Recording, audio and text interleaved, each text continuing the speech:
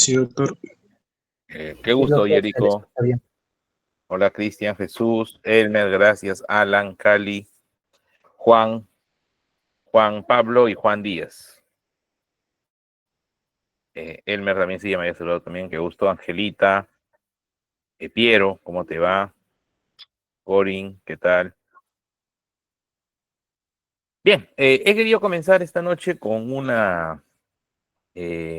con un episodio. Hola, Juan, Salis, hola, Damaris. Con un episodio muy recordado de esta serie de Doc Dodgers, que es más propia de su época que de la mía, pero bueno, yo soy fan de los Looney Tunes hasta que me muera, así que he tratado de ver todas sus variantes. Incluso mi hijo, que tiene 5 años, ya ha visto Los Constructores Looney a la obra, que es un poco la tendencia actual, ¿no?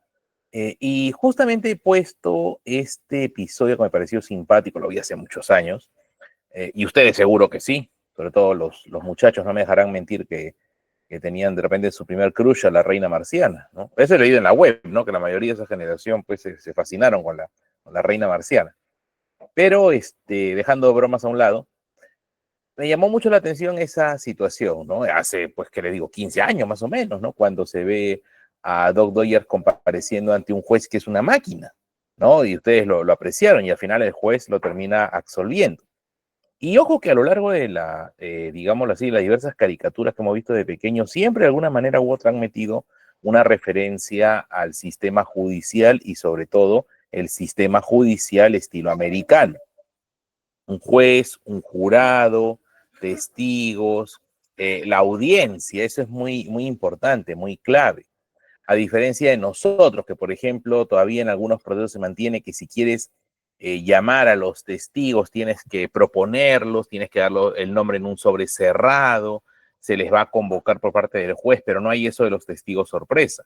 Aunque hoy en día sí los procesos como lo laboral y lo penal están apostando más por la oralidad y esa oralidad les permite, en todo caso, adquirir una condición mucho más viable, mucho más rápida para la atención de diversos casos. Y ahí vieron, ¿no? Star Johnson, que es un poco el némesis de Dodgers en la caricatura, inicia una causa contra él, lo que nosotros también hacemos en el Perú, ¿no? Presente su caso, ¿no? Y él lo acusa, pues, de haber puesto en riesgo al protectorado. No es bien simpática la serie, a mí me gustó bastante, no sé. Levante la mano, me da la impresión por lo que no veo comentarios ni entusiasmo. ¿Han visto los Dodgers? No creo que no, ¿ah? Pero deberían haberlo visto. Allá, Angelita dice que sí.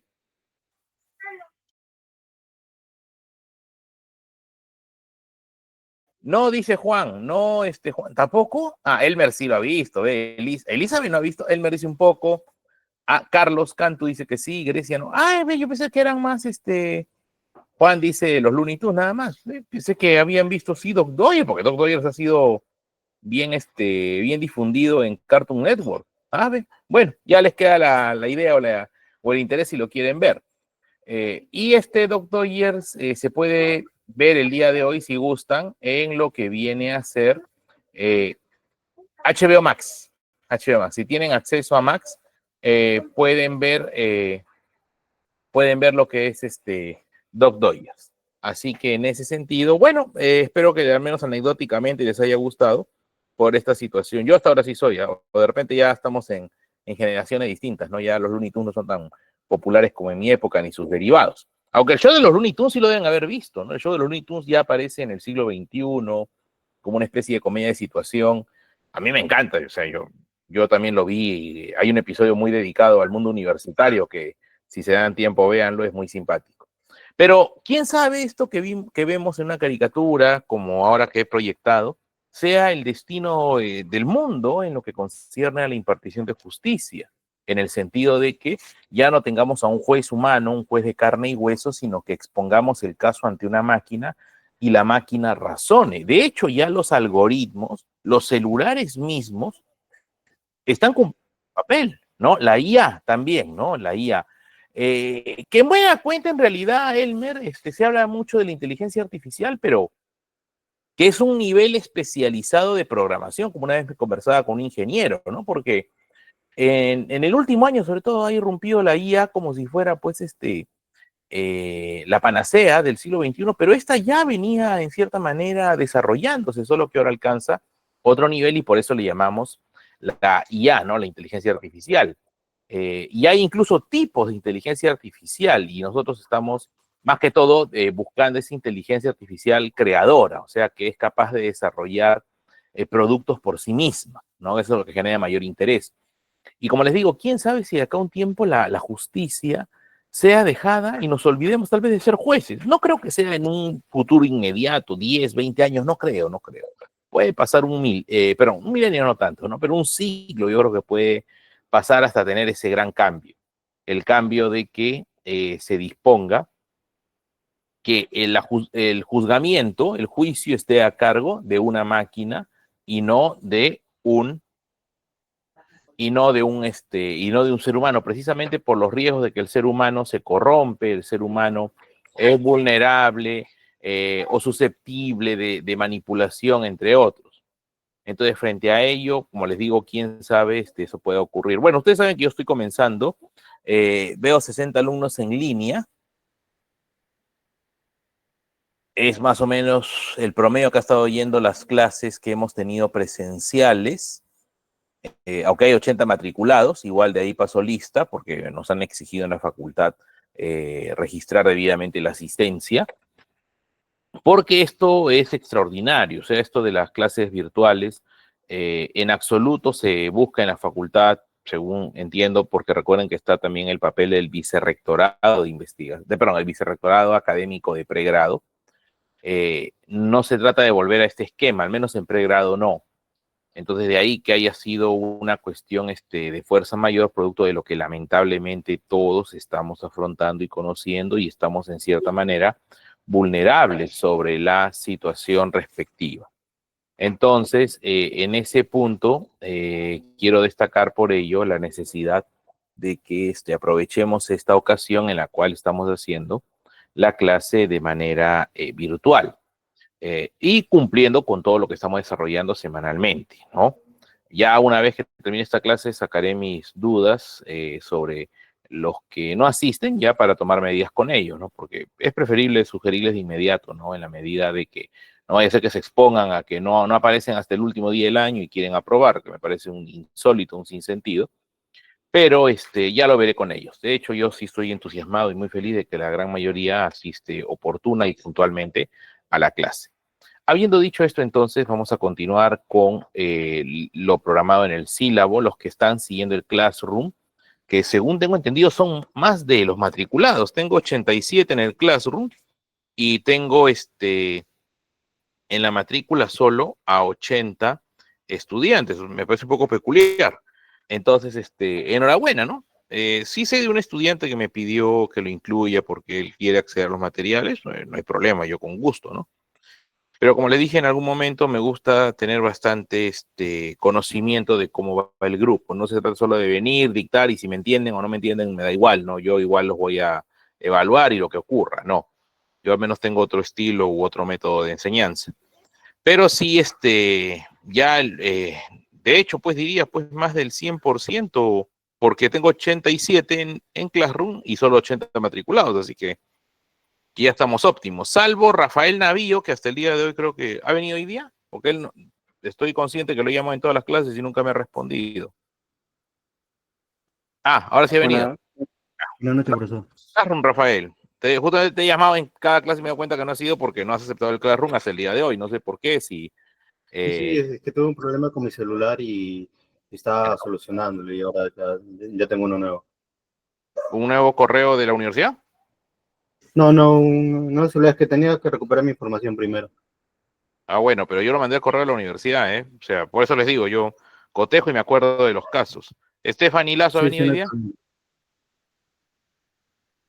Stephanie Lazo no ha venido. Pues. Ya es permanente que no viene. Y esto lo hago para que justamente a partir de lo que ocurrió ayer rápidamente el Classroom, llegó el aviso a todos y magnífico, ¿no? Me dejó muy tranquilo que ya estábamos debidamente informados y ustedes nos expusieron a llegar a la facultad y que no hubiera nada, ¿no? Claro, en el día tal vez se hubieran ido enterando, pero es mejor dar estas noticias con prontitud para que planifiquen bien sus cosas, porque uno ya sale desde temprano de la casa, ustedes ya están practicando, próximos a egresar, ya con miras a que van a estar todo el día afuera, ¿no? Incluso hasta la ropa depende de cómo piensan tener sus jornadas, pero ya teniendo en cuenta que no iban a ir a la universidad en la tarde, pues seguro ya muchos terminaron retornando temprano a casa, u otros simplemente no fueron, no salieron, mejor dicho, ¿no? De casa el día de hoy por esta circunstancia. Bueno, no prolongo más el tema, vamos a continuar con el desarrollo de nuestro sílabo. Como ven, estamos cumpliendo con el sílabo de acuerdo a lo previsto en nuestro programa. Les sugiero que usen más el correo institucional. Están entrando personas que no le llegó la invitación. Yo le he mandado en un propósito de que usen siempre el correo de San Marcos.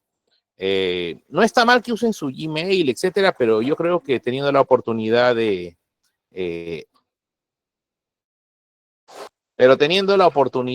tener un correo con el dominio San Marcos, eso le genera mucho prestigio. Y por supuesto, úselo para temas académicos, no mezcle sus temas personales, porque el día que usted egrese, este correo ya se reduce, creo, a 1 giga nomás, y 1 giga no entra nada el día de hoy.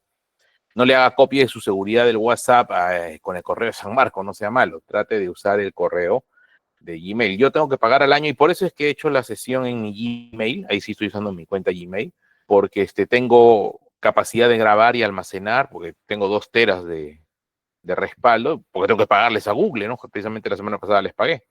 Pero es una inversión, ¿no? Teniendo en cuenta que uno ya es profesional, entre otras cosas. Parece mentira, ¿no? Pero hace pues 50 años tú te preocupabas de tener una oficina, de tener tu casa, de tener una cochera. Hoy en día sigue siendo, pero me llama la atención de que los espacios son más reducidos. No sé si ustedes se han dado cuenta, pero se promocionan departamentos de 15, 20 metros cuadrados. Me parece una locura, pero siendo realistas, pues en algunos casos, claro, si antes yo tenía que guardar libros, lo que ven atrás es mi biblioteca, bueno, parte de mi biblioteca. Yo todavía sí soy bastante, digámoslo así, tradicional de tener mis libros impresos en físico, pero hoy en día ya todo entra en el UCB, ¿no? Así que, pero más bien se ha vuelto una necesidad tener estos espacios virtuales. Por eso es que al correo electrónico hay que pagarle una suscripción, ¿no? Los diarios también. Antes compraba diario físico, ahora ya el diario físico casi, más que algunos titulares, no se vende tanto, ¿no?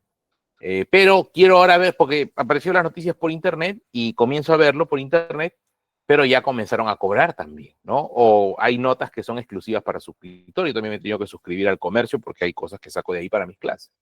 Bueno, para cerrar nomás la idea de Doc Dodgers que presenté al inicio, es eso, ¿no? Pensar, reflexionar cómo en el futuro tal vez podría darse esa circunstancia de que una máquina, un robot sea el que analice un caso.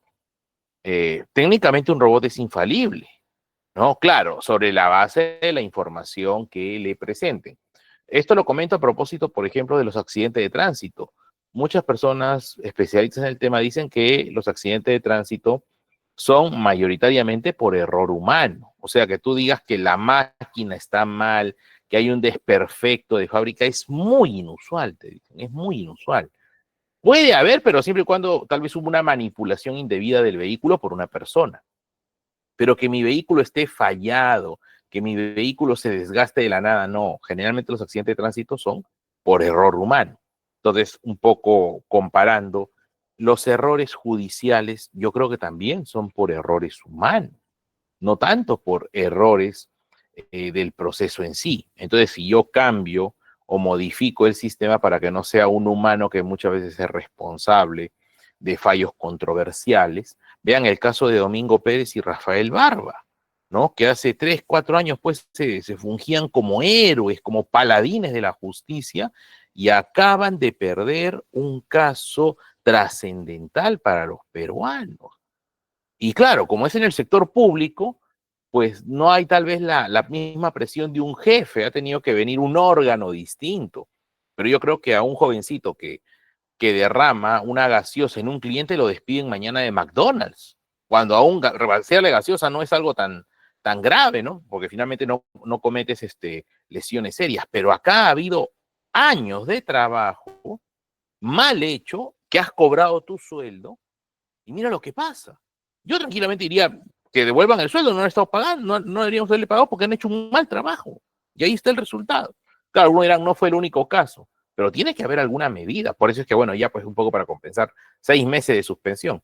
Pero el señor sale a decir de que no, que va a apelar, que esto es una venganza, etcétera, pero claro, tirios y troyanos han reconocido que ese expediente y esa causa está muy mal planteada, porque está metiéndose pues en otras cosas, pensando en el farandulerismo jurídico, que hacer bien el asunto.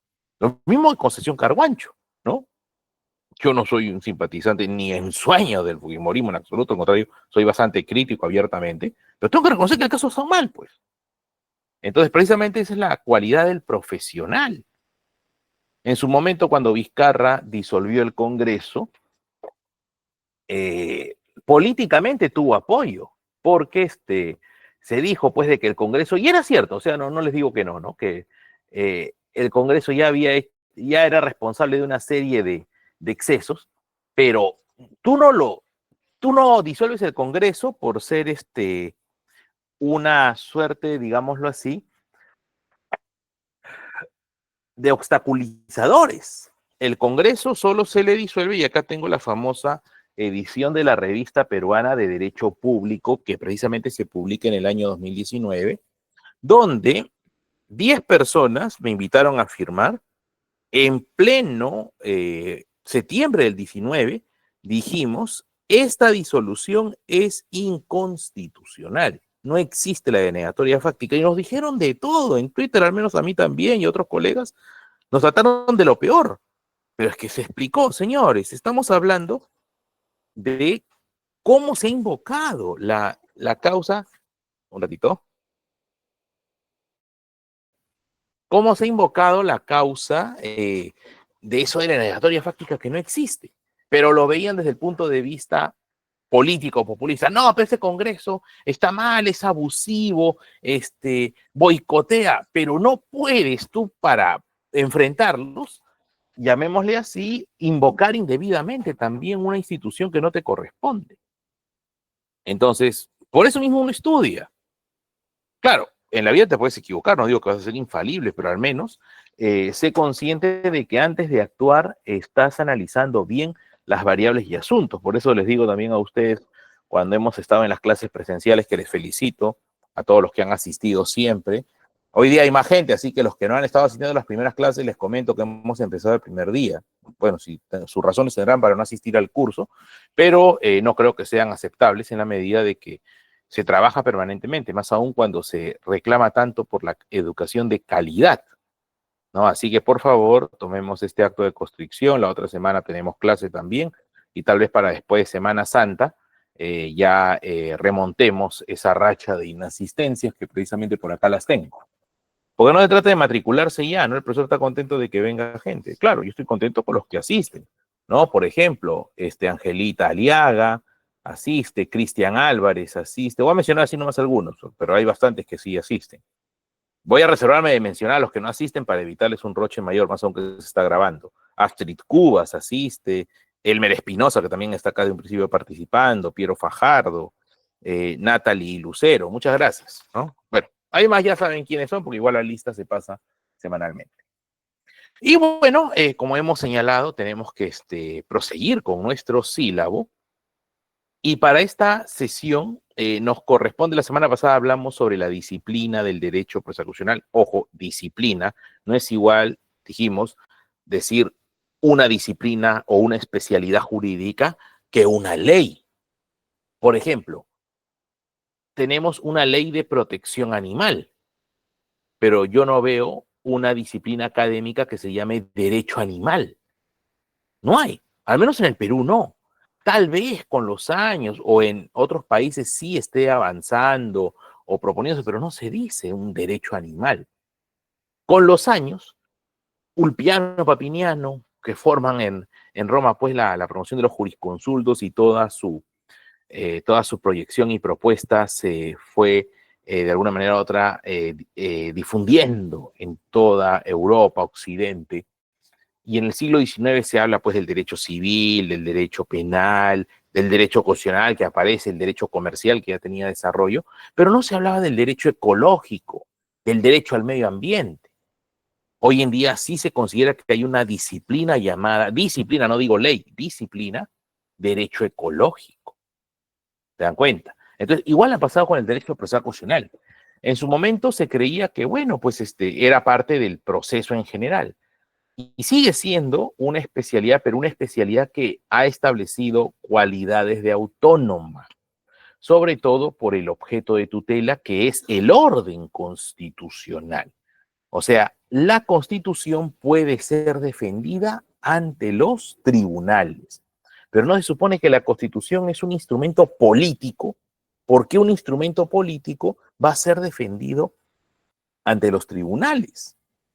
Por eso mismo es que hay toda una ciencia, toda una teoría, toda una serie de fundamentos que lo explican. Y de ahí que mencionáramos la clase pasada de que tenemos un derecho constitucional como disciplina académica.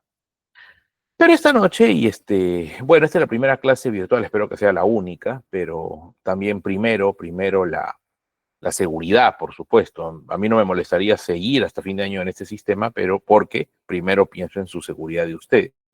Pero también, como ustedes saben, pues hay jerarquías en la universidad y nos debemos a todo un sistema. Si la facultad, si la universidad permite hacer la clase virtual o lo dispone, se hace, pero si no lo disponen, es un poco complejo desacatar una orden de ese tipo, ¿no? Porque también hoy en día que estamos en todo un proceso de obtener una calificación, una acreditación, este tipo de cosas se evalúan muy detalladamente. Entonces, verifican nuestros expedientes. ¿Por qué no está la asistencia del día 9 de abril? No, porque ese día tuvimos clases virtuales. ¿Pero por qué hicieron clases virtuales? Bueno, hicieron clases virtuales porque hubo ese tema del paro. Ya, bueno, comprensible. Pero ¿y ese otro día? No, el profesor no vino. ¿Cómo no va a venir su profesor? Pero les presentó una justificación. No, no ha presentado nada. ¿Y ustedes dejan que un profesor impunemente no dé clases? Sabiendo de que son contadas las fechas. Todo eso es lo que hoy en día se habla del sistema de acreditación, para que lo conozcan. Y que va a permitir que la universidad y sobre todo la Facultad de Derecho siga mejorando su posición, porque nos falta por mejorar. O sea, tenemos las mejores mentes en el derecho peruano y yo lo corroboro cuando estoy con ustedes cada miércoles, su entusiasmo, los que van, ¿no? Los que no van no puedo hablar, pero los que van, los que asisten, sí aprecio mucho su interés, su entusiasmo me emociona y me estimula también a seguir dando lo mejor, a ir actualizando los contenidos, porque lo mismo que le dicto, o mejor dicho, lo que ahora les dicto a ustedes no es lo mismo que yo dicté en 2021. Algunos temas se mantienen, sí, pero ejemplos, teorías, entre otros, van afinándose con el tiempo. Si no, ¿qué clase de, para qué llevamos un curso? ¿Para qué vamos a clase? Mejor les doy un manual, se lo leen todo, me dan un examen y ya aprobado el curso. Pero no funciona así, porque, por ejemplo, este año vamos a tener que hablar un poco del caso de la eutanasia, que recordarán el año pasado alcanzó un amplio debate mediático con la situación de la señora, que en paz descanse, Ana Estrada. Eso no se podía hablar en 2021 porque no ocurría, todavía no se había dado, pero ya el año pasado y este año hay que volver a retomarlo. O esta semana se ha publicado, que estoy rastreando el expediente, que el señor Pedro Castillo ha obtenido una especie de voto singular. Todavía no he podido conseguir la sentencia y los medios que lo reseñan son un poco confusos, señalando de que fue vacado indebidamente. Pero es un voto de un juez, se dice, que contempla de que no tampoco se le puede permitir restituirse en el cargo, lo cual me genera pues cierta suspicacia, porque ¿por qué hago un voto sabiendo que el amparo es reparador, ¿no? Por ahí puede llegar el tema o la discusión sobre si procedimentalmente se respetó todo lo debido, pero ha habido muchas interpretaciones. Al respecto, tenemos un número especial precisamente sobre ello vuelvo a abrir la pantalla, en la Revista Peruana de Derecho Público. La Revista Peruana de Derecho Público, y aprovecho en anunciarlo acá porque estoy en mi casa y la tengo a la mano, es la revista de mayor duración en derecho público de nuestro país. Este es el famoso número sobre el golpe de Estado de Pedro Castillo, el número 45. se logró una buena recopilación de artículos explicando lo que pasó el 7 de diciembre del 22. Todos los números de la revista Peruana de Derecho Público, que inicia su circulación en el año 2000, justamente con el final de la dictadura de Alberto Fujimori. Miren, ya un cuarto. Sí, claro, Juan, está toda escaneada completamente, está toda escaneada, busquen nomás. Ahorita les paso el enlace. Y pueden encontrar artículos de administrativo, constitucional, penal, entre otros. Ahorita se las paso. Y esta revista es dirigida por nada más y nada menos que Domingo García Belaúnde, quien la funda en el año 2000, y este año vamos a conmemorar 25 años. Actualmente tengo el privilegio y el honor de ser el secretario de la revista. Y ya desde hace en realidad como 8 años más o menos que lo estoy acompañando en estos quehaceres. Y afortunadamente hemos alcanzado cosas muy importantes y esperamos que siga así. Ahí les comparto el enlace y pueden acceder a todos los números de la revista. Si falta el último o el penúltimo, voy a insistir para que lo cuelgue. Bien, entonces ahí está, ya les compartí el enlace. Pasamos de nuevo a nuestra posición de exposición, porque yo apago mi cámara precisamente para no saturar la pantalla, ¿no? Esa es mi posición para exponer, ¿no? Cámara apagada, y a ustedes no les exijo prender su cámara porque tampoco quiero invadir su privacidad, pero un par de consejos. Lo primero, ahorita debe estar usted en su casa. Si está usted en su trabajo todavía, etcétera, pues no se exponga, ¿no? Tenga mucho cuidado. Yo sé que es fácil decirlo, pero hay riesgos. Cuando yo era practicante, me supe quedar en alguna ocasión en el trabajo hasta las 8 o 9 de la noche, pero ya sí a mí, a la persona le daba miedo porque me quedaba solo y era un edificio en el centro de Lima, en el Jirón Camaná. Entonces sí se siente un poco tétrico. Pero sobre todo no se exponga a estar lejos de su casa. Y segundo, el día de mañana, pues, en la medida de lo posible, evite salir, de hecho, salir en general. Y ya el viernes, pues, bueno, con fuerzas, recupera. Así que, porque la situación es grave, es grave. Yo soy mayor que ustedes y nunca, aunque llevo a ver en mi muy, muy inicial infancia los temas del terrorismo acá en Lima, pero tengo vagos recuerdos, más ahí sí me he remitido a los documentales y notas, pero sí les digo que una situación como la que estamos viendo ahora, nunca en mi existencia la he gozado, nunca. Por eso mismo resulta muy alarmante y tenemos que preservar sobre todo nuestra integridad. Hagámoslo de esa manera.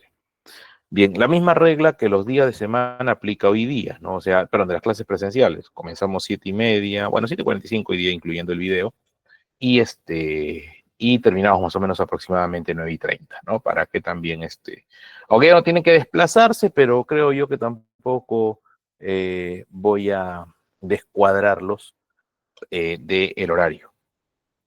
Sí, Juan, es el número 45, efectivamente, el número 45. 45. Adelante. Por nada. Bien, entonces, hoy día ¿de qué vamos a hablar? Hoy día vamos a hablar de un tema sumamente trascendental en la cuestión teórica de nuestra disciplina.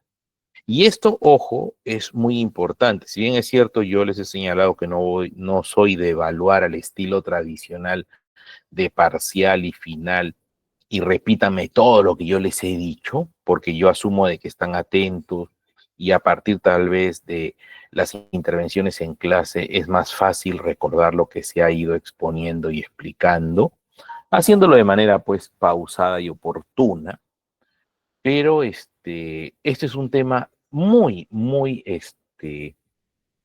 propicio del mundo del derecho procesal constitucional.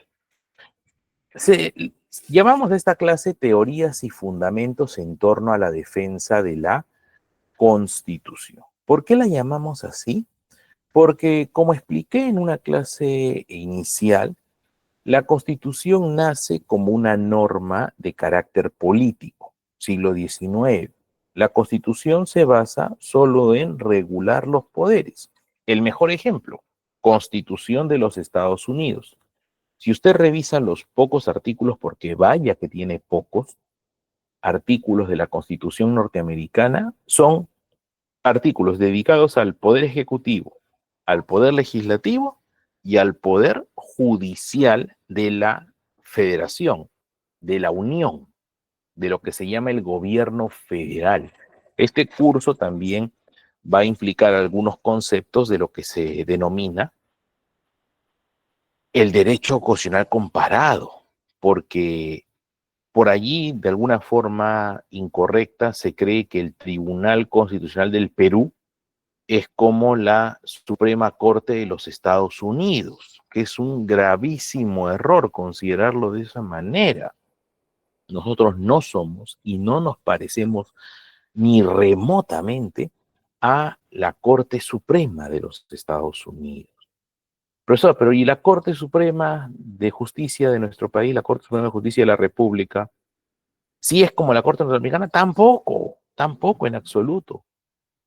Tiene otro tipo de sistema.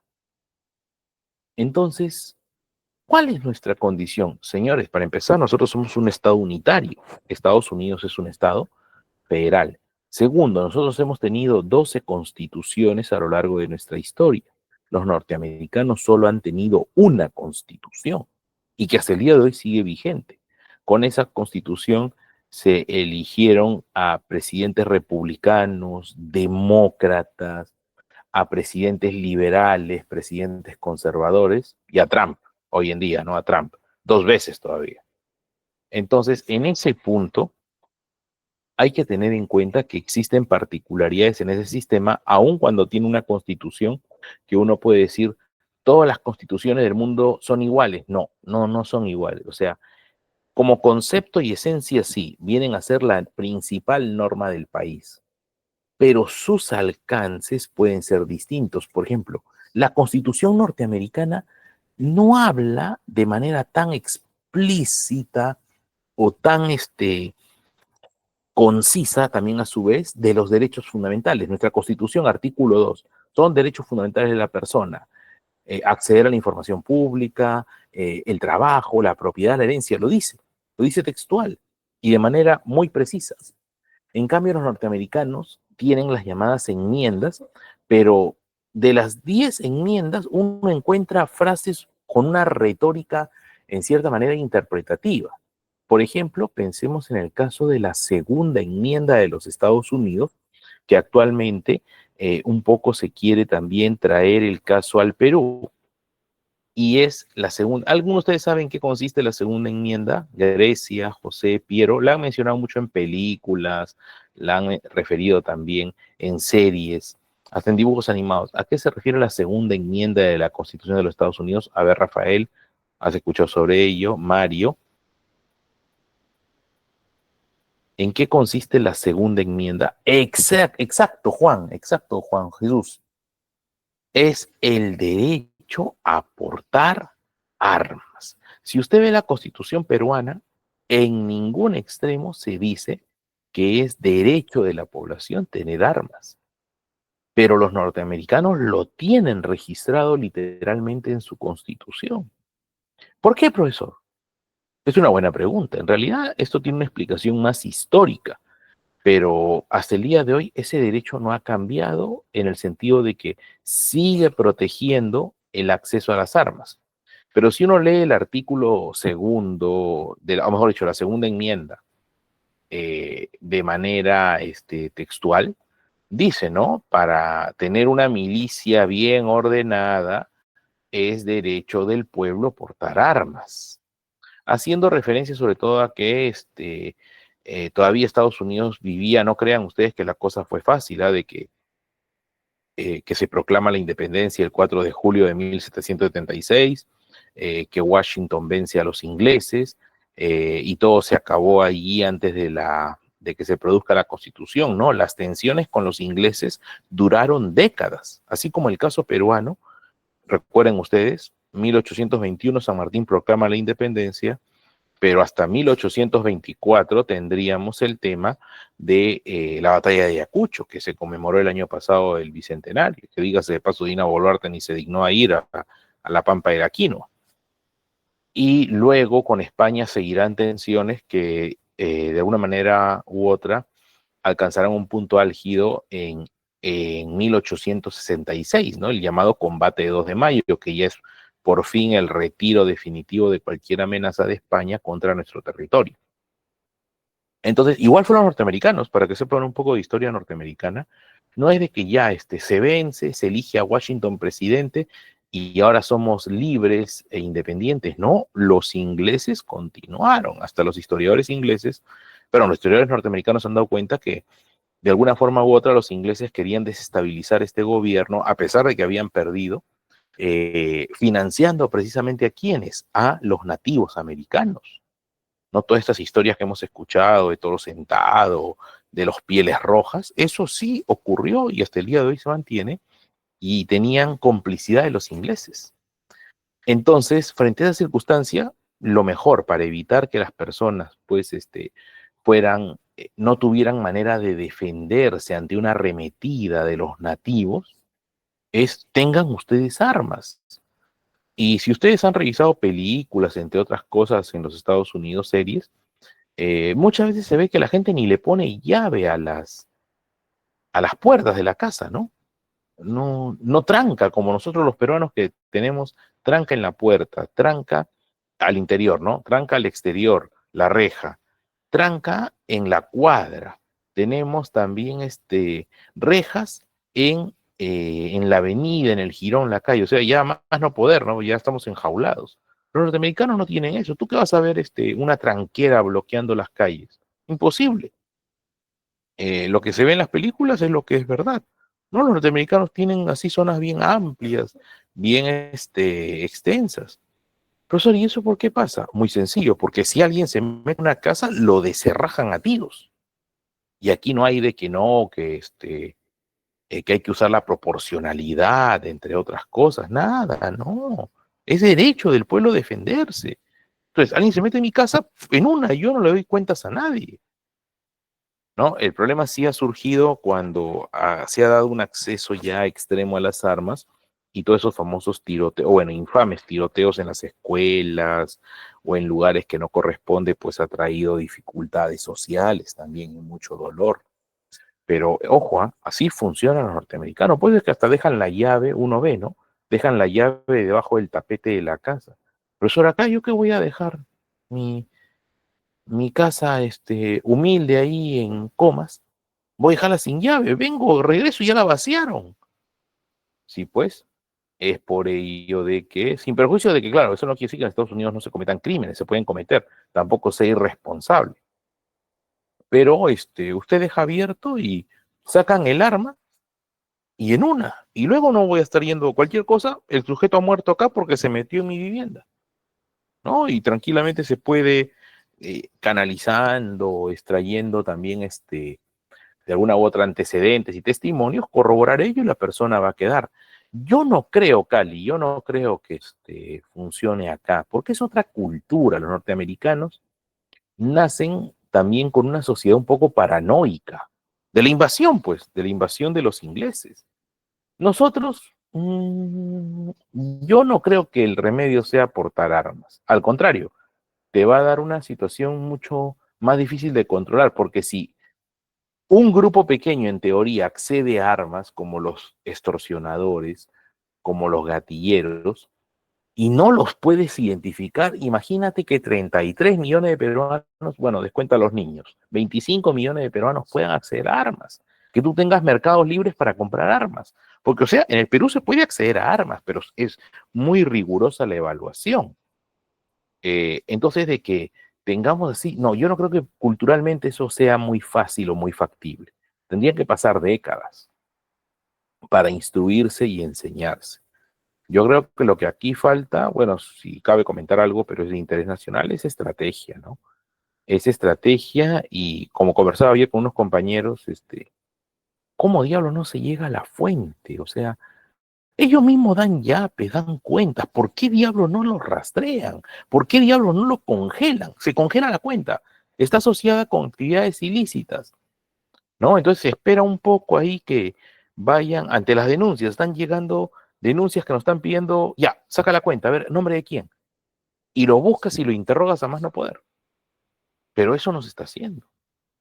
Ahora, conversaba con unos colegas porque también hay otros supuestos que van y cobran en efectivo. Yo en lo personal lo percibo, guardar dinero en efectivo es bien complicado. O sea, profesor, pero yo cargo mis 20 soles diarios, mi bolsillo me basta. Claro, tú sí, pero según se ven los videos, estos sujetos pueden llegar a ganar miles diarios y no tienes la capacidad de gastarlos tan rápido. Estoy hablando de una banda que a partir de cupos y extorsiones obtiene 10.000 diarios. 10.000 diarios en un mes son 300.000. ¿Dónde guardas 300.000? Profesor, se lo gastan. No, humanamente no es posible que se gasten, a menos que abastezcan, pues, no sé, a 100 familias, ese dinero de manera tan rápida. Entonces, de hecho, que en algún lado se guarda ese dinero en efectivo, pero tampoco se sabe rastrear. Lo que falta acá es medidas de inteligencia y realmente convocar a gente que sepa. No todo esto del cuarto de guerra, no sé, me parece un infame. Bien, volvemos entonces. Les decía, y ya nos queda claro estos comentarios, sobre todo para entender las particularidades de la Constitución. No es igual la Constitución en Estados Unidos que en Francia, que en Perú, que en México. Aun cuando tienen el mismo propósito, ser la norma principal del país. Pero los norteamericanos todavía lo mantienen con un esquema político y también jurídico, pero en ciertos alcances. Y es por eso que los norteamericanos han tenido que recurrir al desarrollo doctrinal. En este momento mi biblioteca está un poco desordenada porque ya no me entran libros tampoco. Y no es primera vez que me pasa. Pero tengo un ejemplar acá del la famosa obra El Federalista. El Federalista es un libro muy importante para los norteamericanos porque permitió interpretar a la Constitución de los Estados Unidos y hasta el día de hoy tiene valor. Y en paralelo con ello se tiene lo que viene a ser, digámosle así, los fallos de la Corte Suprema de los Estados Unidos, los famosos precedentes. Pero estoy hablando de la Corte Suprema. Ojo, hay que también entender cómo funciona el sistema americano, pero eso yo lo explico en mi curso de Derecho Constitucional Comparado. Pero es importante tener en cuenta lo que permitió en Estados Unidos la segregación racial. La segregación racial en Estados Unidos no fue por, llamémosle así, por una ley, por eso por una cultura, en parte una cultura, pero ojo, lo que ocurre es que en los Estados Unidos hay un fallo de la Corte Suprema que prácticamente permitió o validó la segregación. El caso Brown versus Board of Education fue un golpe para ir combatiendo lo que viene a ser la segregación que había originalmente permitido la Corte Suprema de los Estados Unidos. Eh, pero previo a ello, todo lo que nosotros sabemos sobre la historia contra la desigualdad, el racismo, en realidad fue permitido por la Corte Suprema de los Estados Unidos. No por la Constitución, no por las leyes, sino por la Corte Suprema. Y luego ya más bien con los años va cambiando el asunto. Entonces aquí es donde entra a tallar nuestro tema de hoy.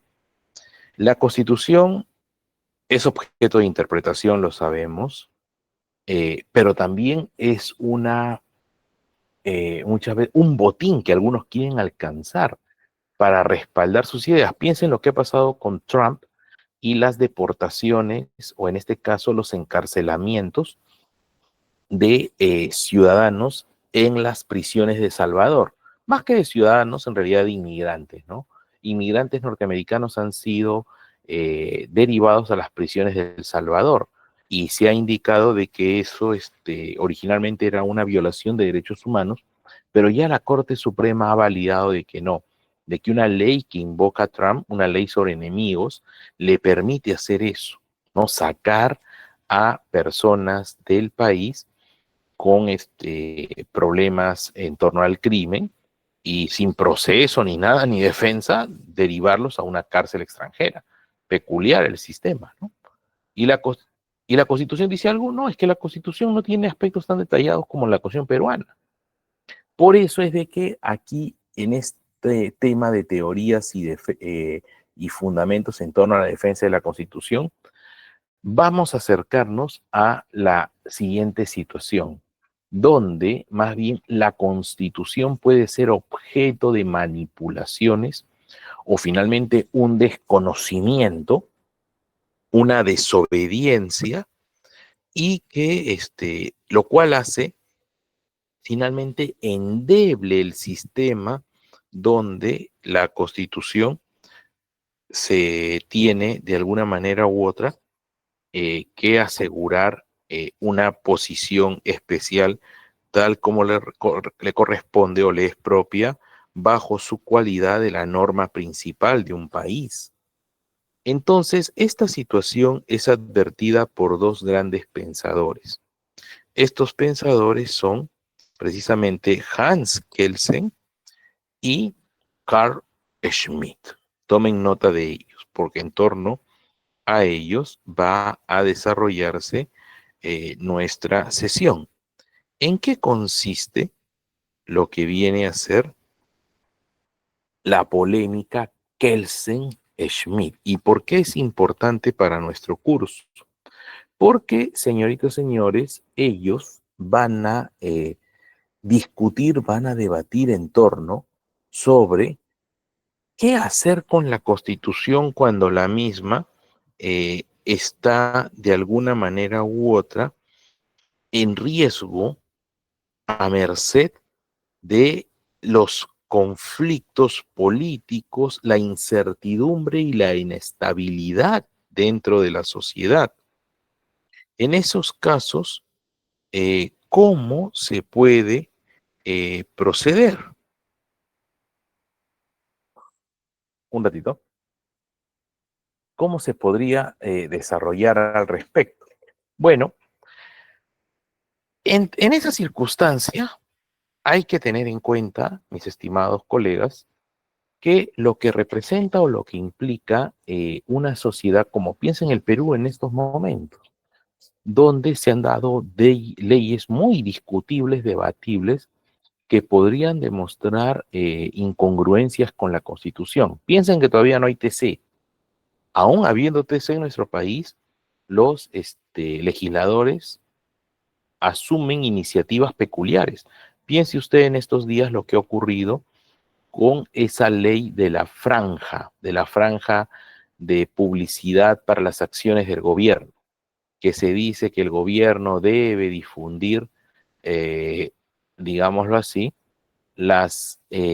adecuadamente, perdón, los canales estatales, bueno, los canales nacionales, los canales no solamente estatales, sino nacionales, televisión pública, privada, productoras, deben difundir, deben dar un espacio a dar a conocer lo que hace el gobierno a favor de la seguridad. Eso es una iniciativa totalmente inconstitucional, pero ya la estaban planteando y luego ya la han retirado ante el rechazo inmediato de los medios de comunicación. O piensen ustedes en este caso, que ya lo comenté en la clase anterior, de la ley que permite a la presidenta de la República despachar de manera remota. Eso no existe en la Constitución, ni jalando la interpretación eso sale, pero lo han validado, ¿no? La Constitución es clara, se tienen dos vicepresidentes porque solo un vicepresidente se puede encargar del despacho. ¿Y cuándo se encarga un vicepresidente del despacho? Cuando el presidente no está en el territorio nacional. Automáticamente asume el vicepresidente, se encarga de su despacho. Entonces, ¿cómo una ley puede plantear una cosa que la Constitución no contempló? Y no contempló no porque no quiso, sino porque ya está textualmente previsto. La regla es, presidente sale del país, vicepresidente asume. Profesor, y en el hipotético caso que nos quedamos sin dos vicepresidentes, pues la interpretación debe ser, el presidente no puede salir. ¿Es indispensable que un presidente salga del Perú? Si somos una nación soberana, esto no es como, por ejemplo, una reunión de padres de familia del colegio, donde el colegio llama al papá y a la mamá. Pero papá y mamá no se excusan diciendo, disculpe, estoy en teletrabajo, ¿no? Entonces no me puedo mover de acá. No, tengo que ir porque es sobre mi hijo, ¿no? Y el colegio es una autoridad educativa y yo como padre de familia me someto a esa autoridad. Dina Boluarte, ¿por qué tenía que salir? No, decían algunos que para que nos veamos mejor representados, pero otros países mandan al ministro de Relaciones Exteriores o al embajador más cercano a que represente. ¿Cuál es el problema? Pero ven ustedes medidas normativas que implican o afectan en una situación muy, muy controversial. Entonces, Kelsen y Schmidt entran en un debate bastante llamativo que hasta el día de hoy se sigue estudiando. Este libro de Josu de Miguel Bárcena y Javier Tajadura Tejada, que tiene menos de 5 años de publicado, rescata gran parte de los argumentos de ese debate entre dos importantes pensadores. Y ahí tienen acceso a lo que viene a ser el contenido del libro. Y que yo tengo el libro escaneado, también lo tengo en físico, se los voy a pasar para que lo revisen. Pero mi clase consiste en precisamente rescatar los puntos centrales sobre este muy conocido, sobre todo en Europa, debate. En el Perú, bueno, es conocido en la medida que los profesores lo invoquemos, pero lamentablemente a veces encontramos, y ahí sí tengo que ser muy crítico, y lo dije el primer día de clases, este no es un curso para sentarnos a leer lo que dice el TC. No, este es un curso que plantea el conocimiento de una disciplina autónoma llamada Derecho Procesual. Por esa razón, tenemos que leer el derecho procesal constitucional primero, informarnos teóricamente de cuáles son sus alcances, en qué consiste, entre otros puntos. Y ya luego comprenderemos, analizaremos de manera crítica la jurisprudencia. Pero yo no puedo pretender hacer un curso de procesal. ¿Qué dice el TC? ¿Qué dice el TC? No, pues, caramba, ¿qué les ocurre? Eso no es estudiar derecho procesal, eso es estudiar, pues, la jurisprudencia del TC nada más. Pero es diferente en los Estados Unidos. En los Estados Unidos, los jueces de la Corte Suprema son creadores de derecho precisamente por su propio sistema de common law. Nosotros tenemos la norma. Entonces, sobre la base de la norma, pues se discuten los temas de justicia. Pero en los Estados Unidos, los jueces, sobre la base de la doctrina, construyen sus propuestas. No, precisamente porque para los casos principales está la ley, pero para otros casos donde la ley no es tan masiva, a diferencia del Perú, en Estados Unidos no se publican pues centenas de leyes anuales, se trata de dejar todo a los jueces. Los autores Josu de Miguel Bárcena y Javier Tajadura Tejada dicen que Kelsen y Schmidt están destinados a ser dos clásicos del derecho público en general y del constitucional en particular. Ambos se interesaron por los mecanismos más intrincados del Leviatán de su tiempo, haciendo referencia al Estado, ¿no? Recuerden ustedes que era una interpretación del Estado del famoso Leviatán de Hobbes.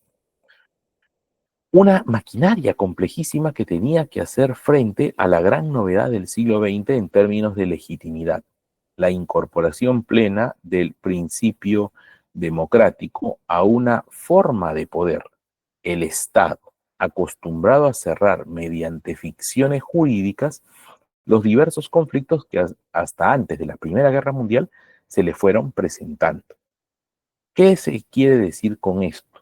¿No? La incorporación plena del principio democrático a una forma de poder, el Estado, que mediante ficciones jurídicas, de alguna manera u otra, pretendía zanjar conflictos que se le presentaron hasta el estallido de la Primera Guerra Mundial.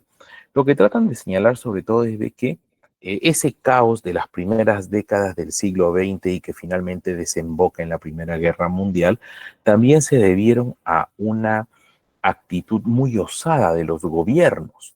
¿No? Piensen ustedes que en esos años hay bastantes conflictos, reclamos, y la manera más rápida de poder paliar ello era concediendo pues leyes especiales, tratamientos alternativos, entre otras cosas. Piensen en la Revolución Mexicana, por ejemplo, ¿no? La Revolución Mexicana estalla en 1910 y en ese año de 1910 también existen una serie de circunstancias donde el gobierno que salía pues de la dictadura de Porfirio Díaz, trata de aguantar a como de lugar y finalmente se suceden varios presidentes, hasta que más o menos con Venustiano Carranza la cosa logra moderarse. Pero así ocurre, pues, ¿no? O sea, se tratan de dar medidas improvisadas, de alguna manera u otra, pensando en que se contiene el problema, pero el hecho es de que no, que el asunto se te escapa de las manos. Entonces, aquí hay que resaltar la siguiente idea. El molde de Kelsen con su idea de constitución normativa, que les he dicho hace un momento, la constitución era tomada o asimilada como un instrumento, carta o documento político. Pero Kelsen va más allá, y eso ya viene de sus propios desarrollos en la teoría general del Estado, su compendio de la teoría general del Estado, y su teoría pura del derecho, que la Constitución tiene una posición de norma, de hecho la norma suprema. Entonces, a partir de esta se configura un control jurisdiccional para preservarla, la apertura del ordenamiento nacional a las nuevas formas de cosmopolitismo jurídico es lo que sienta las bases de los llamados estados constitucionales que sobre todo se abrirían paso después de la Segunda Guerra Mundial, es decir, la segunda mitad del siglo XX. Ahora bien, ¿en qué consiste en esencia la polémica? La polémica gira en torno a ¿qué hacer cuando la Constitución está siendo amenazada? Cuando la Constitución podría ser vulnerada, desconocida, eh, alterada, maniatada por los políticos, porque la Constitución es un ente inanimado, es un documento, pero viene alguien con el suficiente poder fáctico para desconocer la Constitución. Caso peruano, militares, los golpes de Estado. Juan Velasco, Morales Bermúdez, Sánchez Cerro, Oscar Benavides, piensen en todos los, Odría, ¿qué hacían? Daban su golpe, yo no acepto la Constitución, ¿no? Nosotros vamos a conducir el país, es lo que se llama el gobierno de facto. No se ha impuesto por las reglas políticas, se ha impuesto porque quien ose cuestionarnos o pronunciarse en nuestra contra, ¡guau!, detenido, perseguido, ¿no? Desterrado. Esa era la manera. Entonces, esos son los infames gobiernos de facto. Frente a ello viene la cuestión, pero ¿y la Constitución? No esperemos un gobierno de facto, que es la cuestión pues más extrema, pero también en democracia, como lo vemos en el Perú, ¿no? No se reclama. Profesor, ¿por qué vuelve el Senado si hace unos años hubo un referéndum que dijo que no hubiera Senado, que no hubiera Parlamento bicameral? Entonces, ¿en qué queda la decisión de la ciudadanía? Si a los pocos años el Congreso insistió y ya sacó adelante, y en unos meses tendremos otra vez Senado en nuestro país. Bueno, pues esa es una inquietud que ya hace más de 100 años se tenía presente. Y es por ello de que Kelsen y Schmitt, los reconocerán, Kelsen a la izquierda, Schmitt a la derecha. Kelsen es mayor que Schmitt, pero véanlo ustedes para que aprecien que cuando hay un debate y buena formación no hay edad. Nunca cometan el error de subestimar a alguien por ser muy joven, claro. Tampoco pues va a pretender asumir que un niño que está en el colegio va a saber las cosas que usted cuando egrese, ¿no?, de la universidad, pues también obviamente hay una diferencia. Pero ya estos señores debaten cuando eran académicos dedicados, ¿no? Ya ambos eran graduados. Entonces, hay ideas muy interesantes que tenemos que rescatar. La primera, Kelsen afirmaba que la garantía de la Constitución debía estar en manos de un órgano de naturaleza jurisdiccional. Noten ese nombre, lo expliqué la semana pasada, lo expliqué la primera clase. Jurisdicción, el poder de decir el derecho, que generalmente son los jueces. Le ha dado la autoridad, ese poder, para que ellos determinen lo que subsiste de lo que se desestima, amparen o desamparen las demandas. Esa es propiamente la labor jurisdiccional. Yo creo que mi antigua empresa me debe dinero. La empresa dice, no, yo no te debo ni un centavo, ni un centavo. Acudo ante el juez laboral, la jurisdicción. Señores, ¿me debe o no me debe? Yo le digo que no le debe. Cosa juzgada, archivado. ¿Ven? Jurisdicción. Entonces, pero tú sí me debes. La justicia ya habló. Yo no te debo un centavo, así que no hay nada más que discutir. Que tú sigas afirmando eso a pesar de que ha habido un fallo, yo te puedo denunciar por difamación, porque yo no te debo nada, más bien me generas una mala imagen. Entonces, de ahí la importancia de los jueces. Yo digo que este niño no es mi hijo, pero ¿por qué lleva su apellido? Y usted aparece en la partida de nacimiento. Su madre me puso mi nombre, pero es falso. Yo apenas si la conozco.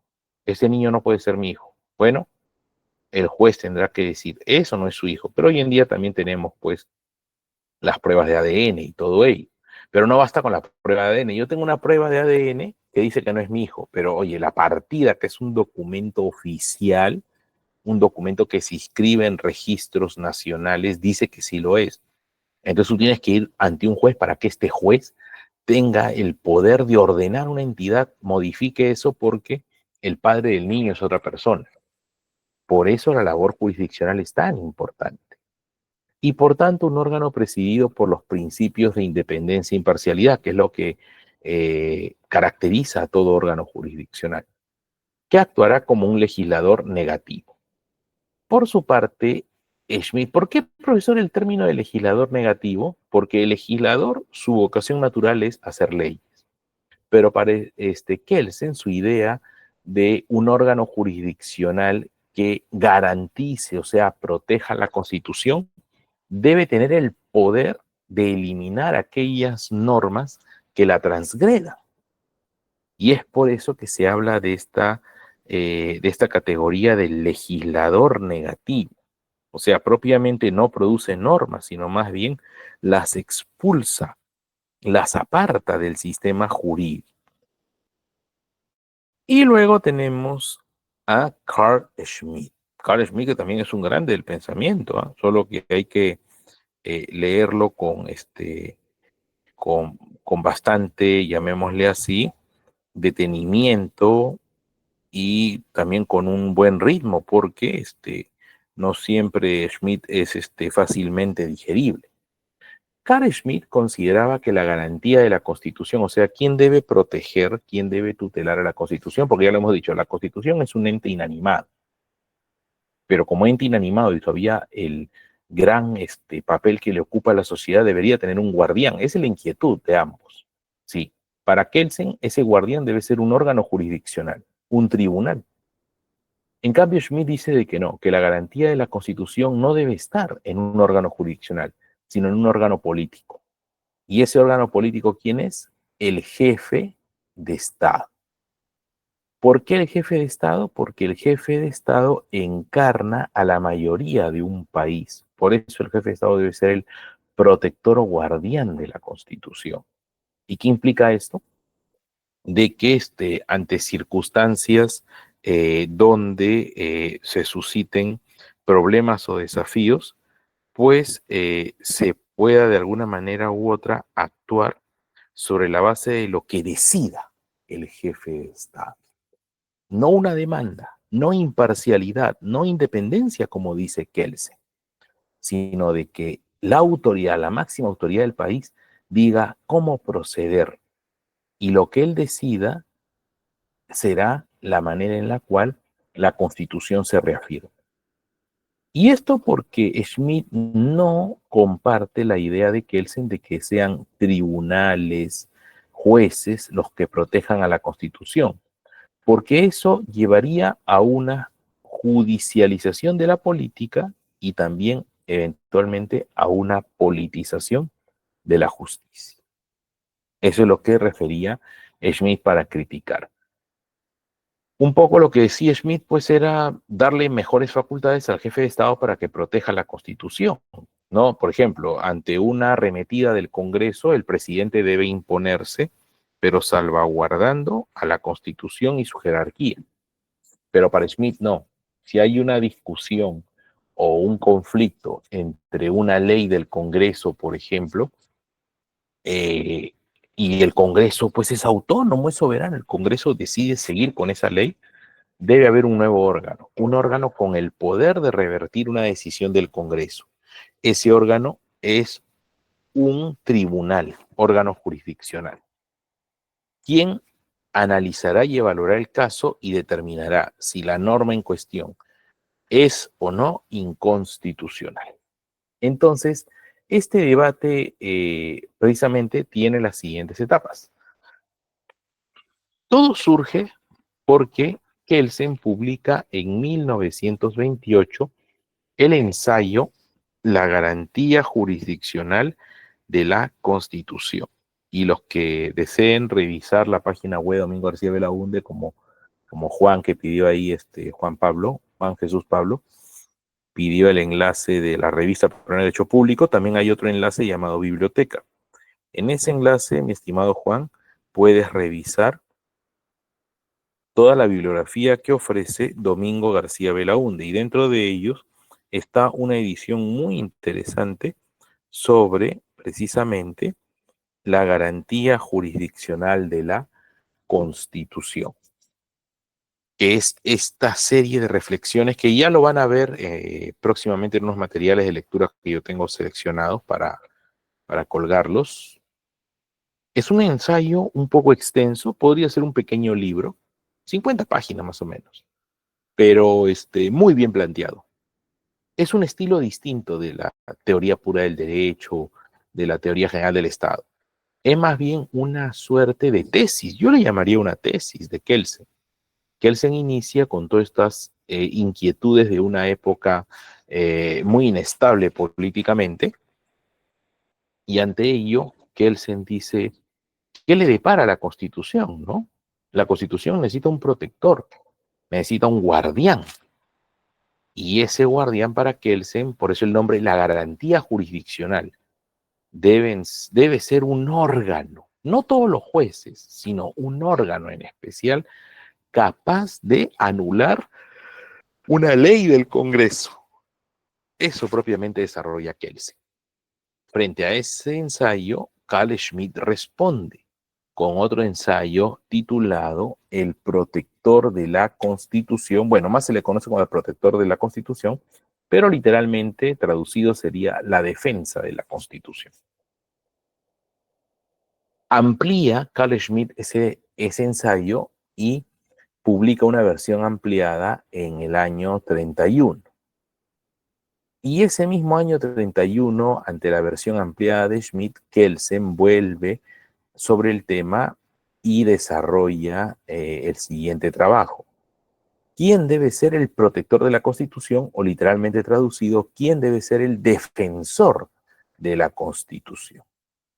¿No? Es así como se le conoce o se le divulga en España. ¿Quién debe ser el defensor de la Constitución?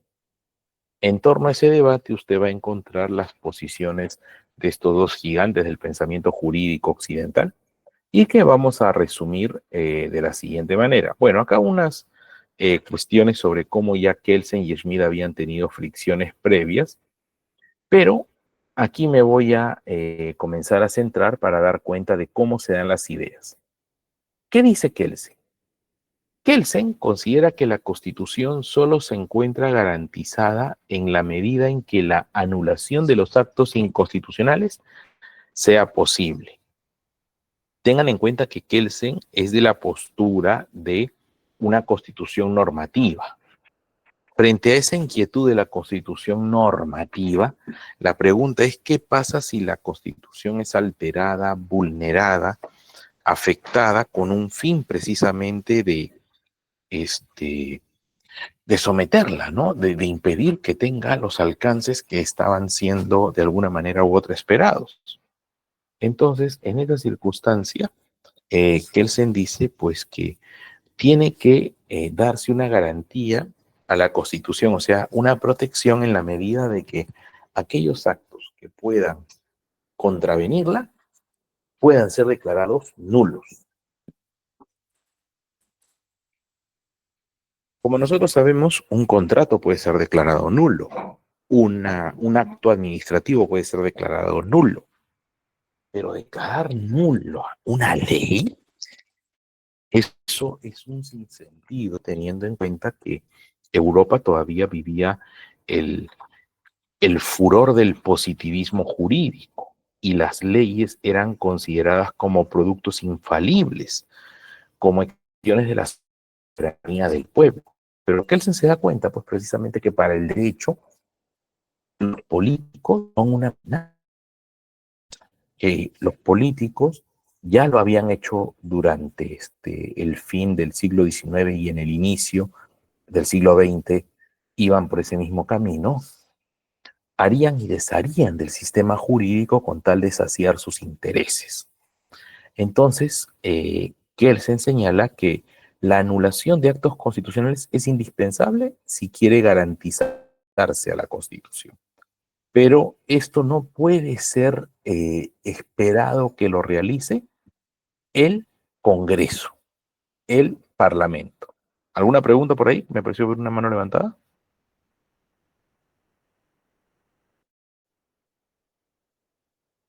Bueno, creo que no.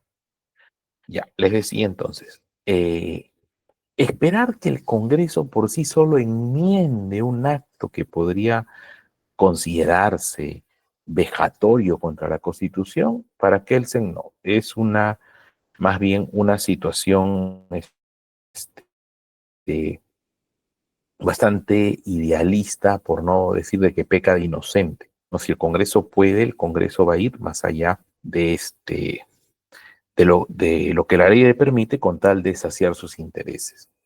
Por eso es de que él señala que tiene que haber un legislador negativo y ese legislador negativo debe ser un tribunal. ¿Por qué? Porque es lo más confiable. Tienes a un grupo de individuos especialistas en el derecho que pueden evaluar el caso y finalmente tomar una decisión. De hecho, ya existían en el mundo tribunales constitucionales como en Austria y en República Checa. Pero Kelsen lo que trata de dar cuenta es de que hay todo un constructo que justifica, y por eso le decía, lo que hace Kelsen es prácticamente una tesis. Problema, hay un problema, que la Constitución está indefensa, es vulnerable.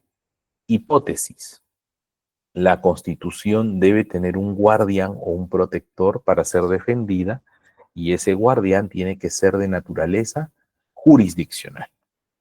Y marco teórico, ¿no? Kelsen expone y analiza todas las teorías previas, incluyendo al mismísimo Montesquieu, dando cuenta de que su propuesta, de alguna manera u otra, es compatible con los cánones del Estado de Derecho del siglo XIX. No hay aquí una amenaza contra la separación de poderes ni nada de ello. Realmente, su idea, él trata de explicar, va a ayudar a que la Constitución no sea vulnerada por el capricho político. Eso plantea Kelsen en sus primeros argumentos, y a lo cual se añade, ¿no? El titular de la legislación negativa, o sea, el tribunal, es necesario porque su independencia frente al Parlamento como el gobierno, eso es un tercero frente a ellos, es un postulado evidente, ya que el Parlamento y el gobierno, cuando dice gobierno se refiere al Ejecutivo, eh, deben estar controlados por la jurisdicción constitucional para evitar de que sus actos transgredan o vulneren a la Constitución.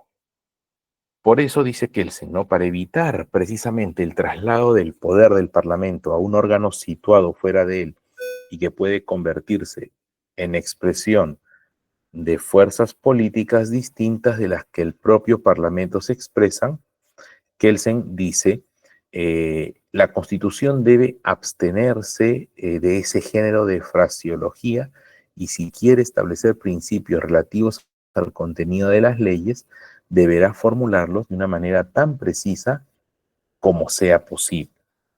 Aquí en esta idea, Kelsen lo que nos dice es de que naturalmente había la desconfianza. ¿Cómo un tribunal va a proteger a la Constitución?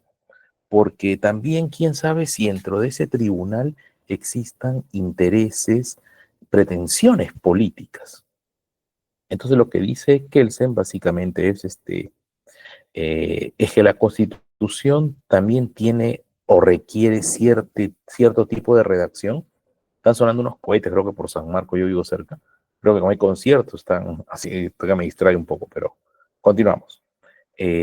Frente a esa circunstancia, por eso Kelsen sostiene y contempla que debe ser un tribunal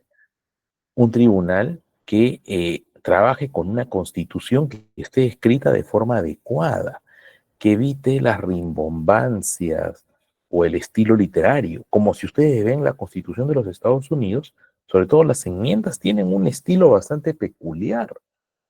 No están redactadas de una manera concisa y elegante, sino más bien parece un producto literario, que tiene su encanto, no digo que no, pero si le damos el valor de una norma jurídica, las interpretaciones a las que da lugar puede volverse un problema.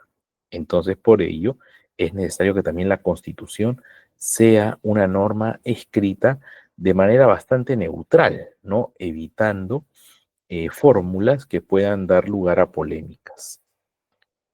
Prosiguiendo con ello, ahora está Schmitt. Y Schmitt es de arranque crítico, por eso es que es la polémica. Kelsen plantea sus ideas y Schmitt le responde. Y Schmitt dice, ¿no? Ningún tribunal de justicia puede desempeñar la función de defensora de la Constitución.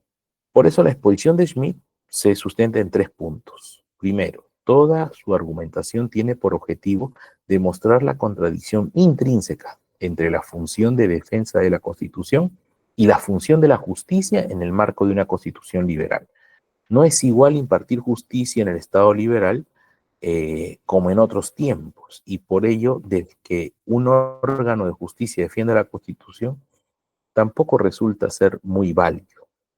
Segundo, Schmitt expone la situación constitucional de la época y en ella realiza una crítica contundente al Estado pluralista de partidos en que subyace una opción política claramente antidemocrática.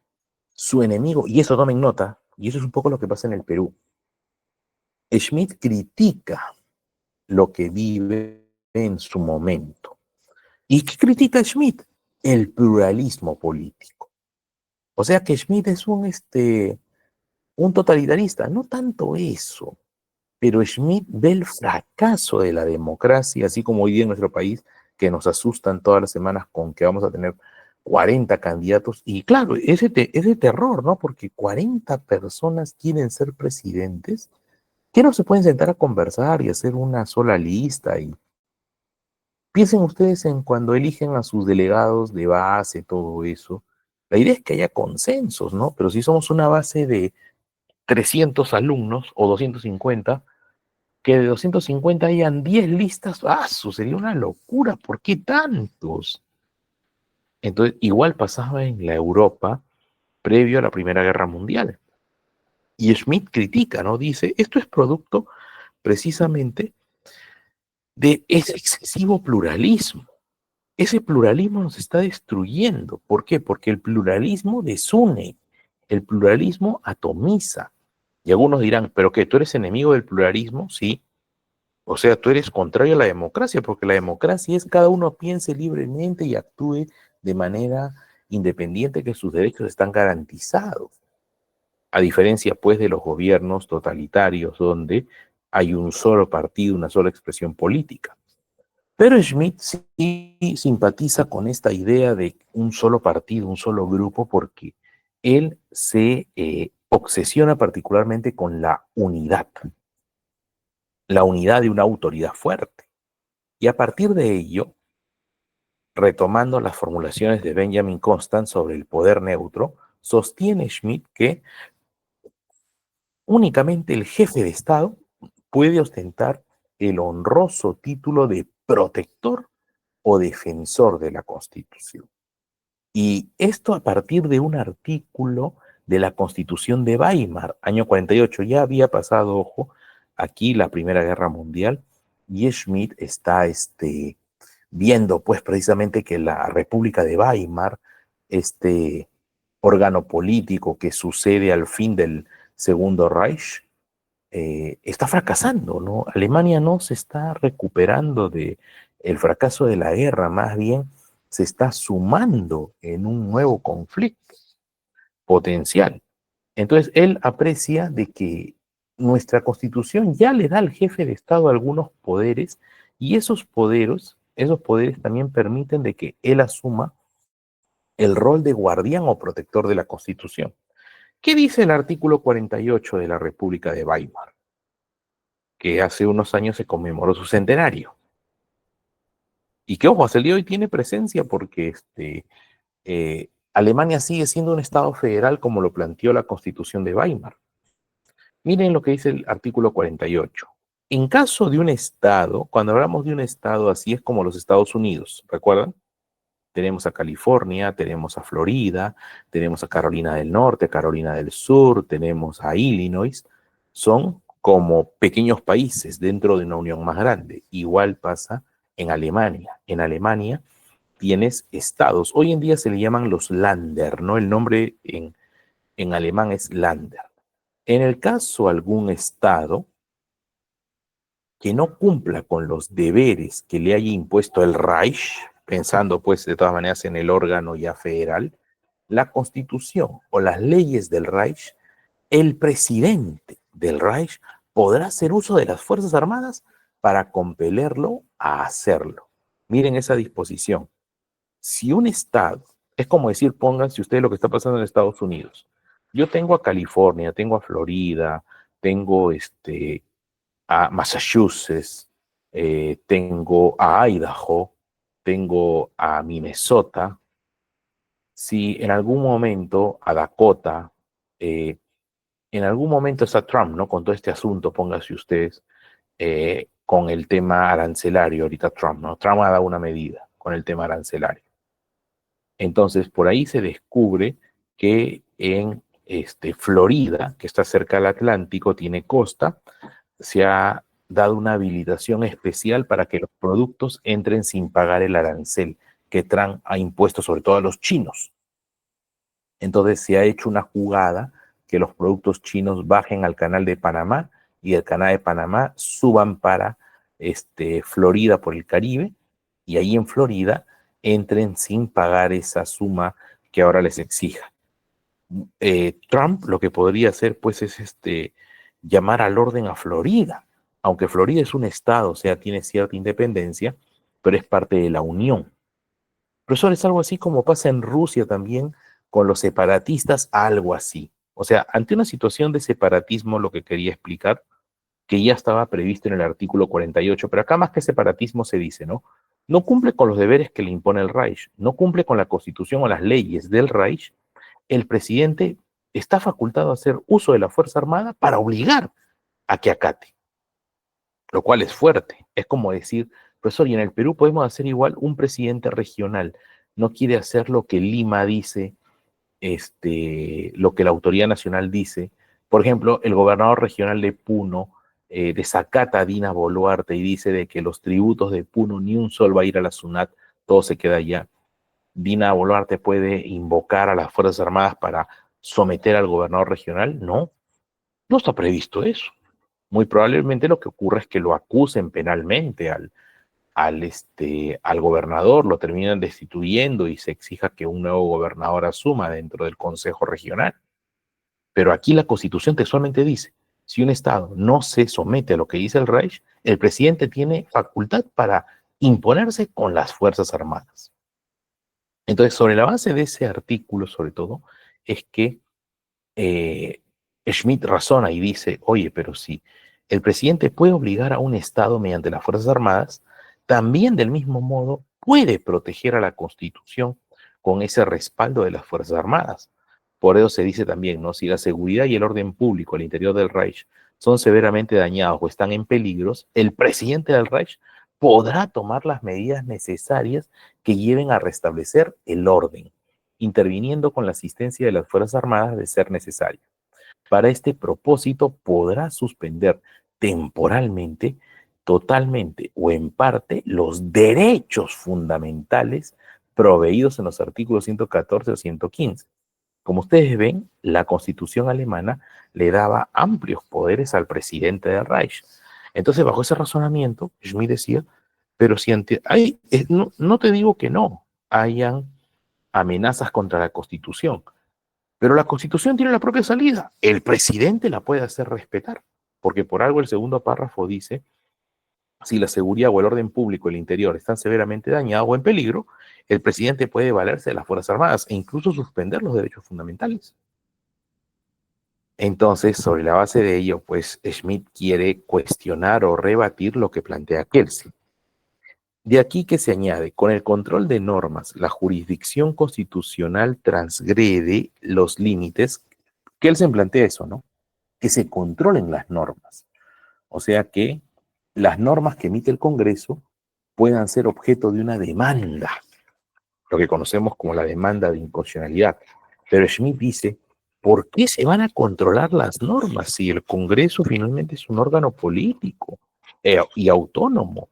Lamentablemente consumido por este pluralismo de partidos que lo que hacen es llevarlo al colapso, porque tú puedes pactar con uno, con dos, pero tratar de llegar a consensos con 8, 9 grupos es bastante complejo. Y de ahí que Schmitt critica mucho esta apertura que ha tenido Alemania. Con la monarquía, con el Segundo Reich, eso no pasaba tanto. Pero llega la República, por eso el nombre no es en vano, la República de Weimar, y como que la cosa no va a funcionar. Por eso se dice lo siguiente, ¿no? Con el control de normas, la jurisdicción constitucional transgrede los límites de la propia función jurisdiccional. Esta tiene que interpretar normas generales que le vienen dadas por un legislador vinculante. En tanto que un juicio sobre las mismas leyes es más que todo una decisión política. La determinación precisa del contenido de un precepto constitucional dudoso sobre su contenido, eso lo tiene que hacer el propio legislador. O sea, si se advierte que un contenido de la Constitución no es claro, lo que hay que hacer es ir hacia el constituyente, y si el constituyente no está, ir hacia el legislador que de alguna manera u otra lo reemplaza. Pero tú no puedes plantear que algún vacío o alguna inexactitud de la Constitución sean los jueces. ¿Bajo qué argumento? Los jueces tienen ese poder.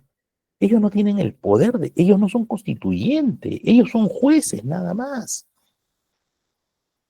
Por eso se indica, ¿no? La determinación precisa del contenido de un precepto constitucional dudoso en cuanto a su contenido es materia de la legislación constitucional, como explicábamos, no de la justicia. Por eso el núcleo de la crítica schmittiana a la Constitución de Kelsen gira en torno al dogma de la separación de poderes y sobre todo a la necesaria e imprescindible diferenciación entre legislación y justicia.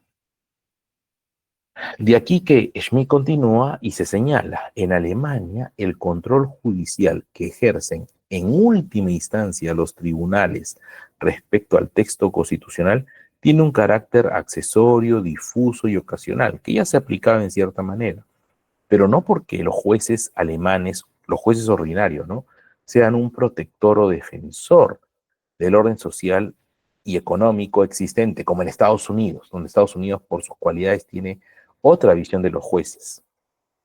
Esto es así porque la administración de justicia se encuentra enteramente sujeta a normas jurídicas que permiten una subsunción concreta, precisa y limitada.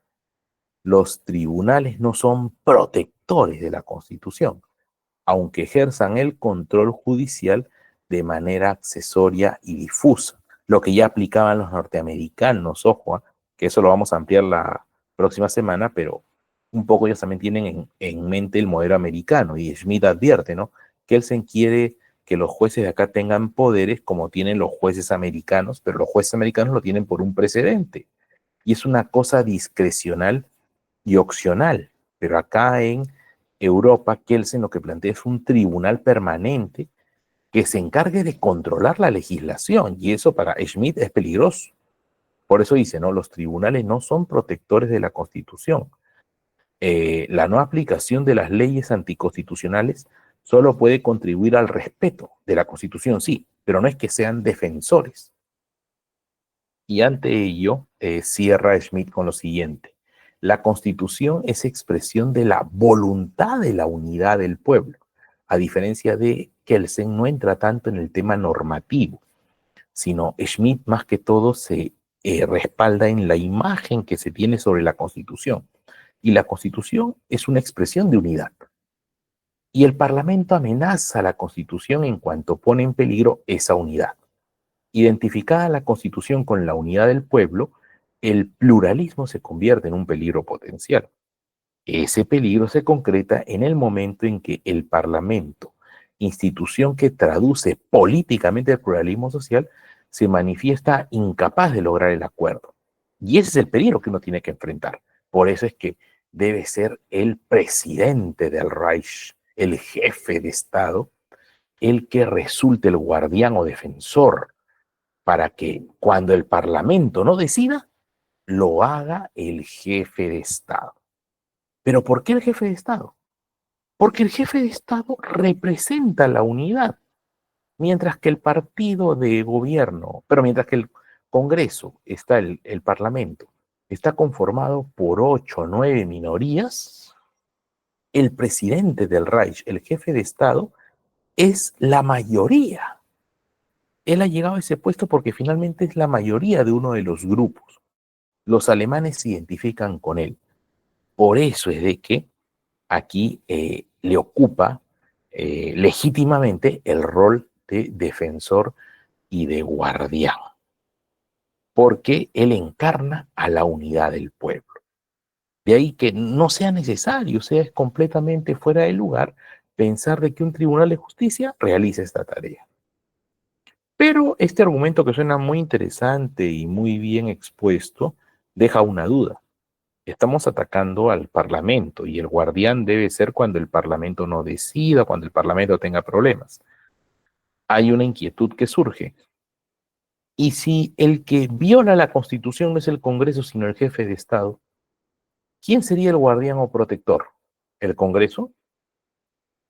Esa cuestión no la llega a advertir Schmitt, porque Schmitt está pues cegado por esa visión. Y no olviden ustedes, queridos colegas, que Schmitt luego se vuelve un muy cercano colaborador del régimen nazi. Y el régimen nazi, de más está decirlo, pues se mostró como el gran partido de la unidad, de por fin la estabilidad del orden en Alemania, y sobre todo aniquilando a todo opositor y toda minoría, sobre la base de una raza superior. Schmitt fue un brillante académico, pero lamentablemente también su visión, en cierta manera obsesiva y fanatizada, lo llevó también a degenerarse, ¿no? Y cooperar con unos criminales como fueron los nazis, que además está a decir todas las tropelías que cometieron. Ante ello, Kelsen replica, y para él primero hay que explicar una cuestión. Defensor de la Constitución significa, en el sentido originario del término, un órgano cuya función es proteger a la norma fundamental contra las violaciones. Estas violaciones pueden venir tanto del Parlamento como del Ejecutivo. Pero también hay que tener en cuenta una cuestión. Nadie puede ser juez de su propia causa. Si yo le doy el poder al jefe de Estado y el jefe de Estado tiene intereses sobre la situación de la Constitución, entonces el jefe de Estado está involucrado. Es parte de un asunto que le corresponde al resolver y eso le quita la imparcialidad necesaria. Entre el carácter político de la legislación y el de la jurisdicción, dice Kelsen, solo hay una diferencia cuantitativa, no cualitativa. El carácter político de la justicia es tanto más fuerte cuanto más amplio sea el poder discrecional que la legislación general le otorga. Y de aquí un párrafo muy interesante de Kelsen, atentos todos. Lo que puede afirmarse es solo lo siguiente, que la función de un tribunal constitucional tiene un carácter político en una medida mucho mayor que en la función de otros tribunales. O sea, Kelsen reconoce, sí, un tribunal constitucional no puedo decir que sea político, tiene un rol político, pero no va a ser muy distinto o diametralmente extremo de los que otros tribunales han participado, sobre todo con lo que viene a ser la defensa de la Constitución. Por eso, la sentencia de un tribunal constitucional, por ser producto de una legislación negativa, no deja tampoco de ser un acto de jurisdicción, pero también la jurisdicción tiene facetas políticas, o sea, no pretendamos que por ese argumento de la politización de la justicia o la judicialización de la política, un tribunal constitucional no sea viable, sí lo puede ser. Presentar al jefe de Estado, observa Kelsen, como una instancia independiente y neutral cualificada para actuar como defensor, es una ficción. Su elección democrática tendrá lugar bajo la presión de los partidos y como tal tampoco está probada su independencia. Entonces, con eso es que Kelsen golpea los argumentos de Schmitt y finalmente podemos resumir este debate con las siguientes propuestas. Kelsen encarna un normativismo. En su intento purificador, reduce el fenómeno constitucional, eso nos dice Josu de Miguel, Bárcena y Javier Tajadura, únicamente a su dimensión jurídica, y está concebida en términos formales. La Constitución es una norma jurídica suprema y la custodia de su supremacía formal tiene que estar encomendada a un tribunal que utilice en el ejercicio de su función jurisdiccional los métodos de la ciencia jurídica, no la interpretación, por ejemplo, la interpretación, la argumentación, son métodos nuestros. El normativismo kelseniano, tratando de procurar que el derecho sea autosustentable, teoría pura del derecho, también reclama un instrumento para que defienda, a un instrumento jurídico para que defienda la norma fundamental, el tribunal, un órgano jurisdiccional. Pero la propuesta de Schmitt se enfoca más dentro de lo que llamamos el decisionismo. La dimensión política del fenómeno constitucional es la decisiva y el componente jurídica es una mera expresión, instrumentación o ropaje formal de la institución política que subyace en todas las instituciones constitucionales. En el fondo de esta postura late la convicción de que el derecho es incapaz de reconducir a sus reglas y principios el ejercicio del poder político, que tiene su propio dinamismo y que es finalmente incontrolable. La Constitución es fundamentalmente un documento político. ¿Ven? Desde ahí partimos de perspectivas distintas. Schmitt se mantiene en que la Constitución es una norma, o más que una norma, perdón, es una carta o institución política. Mientras que Kelsen, que había desarrollado su teoría pura, plantea más que todo que la Constitución es una norma. Por eso, ¿no? La Constitución, siendo fundamentalmente un documento político, su protección debe ser confiada a también un órgano político, el jefe de Estado, porque el jefe de Estado representa al electorado y el electorado es la fuente originaria de la decisión política. Y también el jefe de Estado representa a la unidad nacional. Y con eso, mis queridos estudiantes, culmina lo relativo a el debate Kelsen y Schmitt. Pero piensen ustedes que ese debate permitió reafirmar esta tesis, como le hemos llamado, de los tribunales constitucionales, que es una creación de Hans Kelsen, trascendental, importante. ¿Por qué?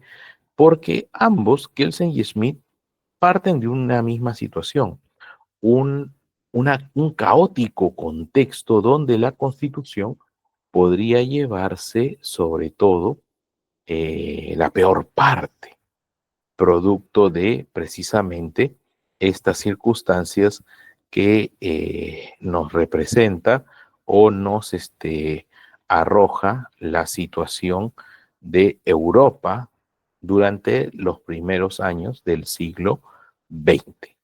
Pero con ello ya advertimos una condición distinta acerca finalmente de cuál fue el destino. Yo creo que en la práctica Kelsen termina ganando el debate, porque una buena cantidad de países, no digo la mayoría, pero sí una buena cantidad, termina asimilando la institución de los tribunales constitucionales. Hasta aquí, ¿alguna pregunta?